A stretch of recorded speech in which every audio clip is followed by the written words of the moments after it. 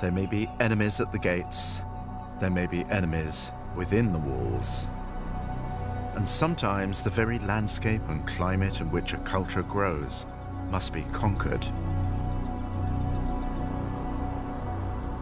It may be too rocky, too arid, but here, canyons and gullies became the streets and thoroughfares for one of the most spectacular civilizations in all of human history.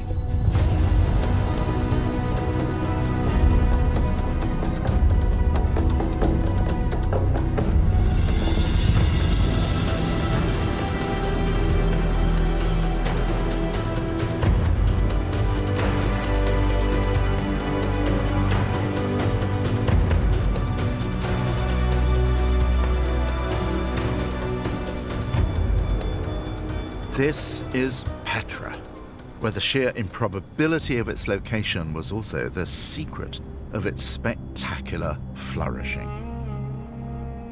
The reason why this tomb endured and survived armies and earthquakes is that the Nabateans who built it cut it into the sandstone surface of the mountain, rather than build some freestanding marble monument. The mountains shook with earthquakes, but these buildings stood intact. The Nabateans engineered cisterns to trap the rains which came in winter, and their desert hydraulics made this place not so much rose red as bright green. A garden city of fountains, swimming pools, groves, and orchards.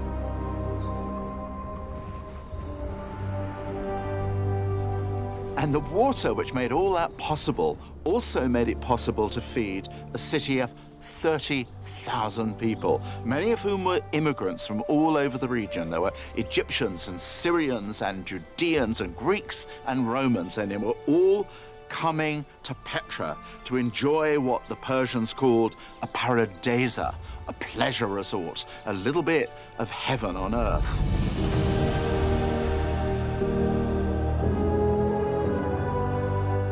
And they all brought a flourish of their own cultural styles with them. Most of the art discovered here has been taken to museums, but what survives tells the story of a cosmopolitan playground.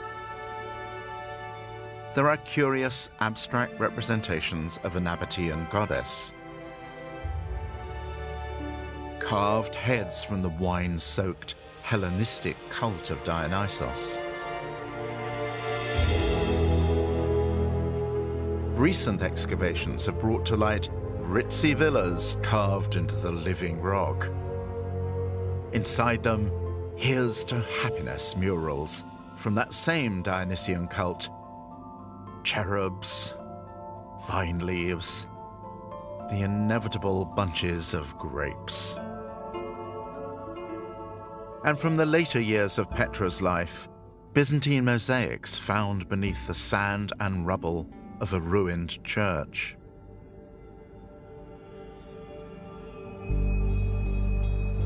Petra had its day, or rather its centuries, and then it ended.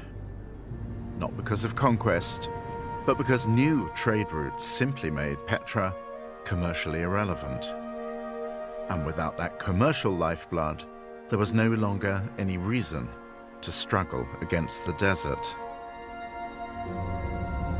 The people left, the systems for capturing water fell into disrepair, and the desert reclaimed the city.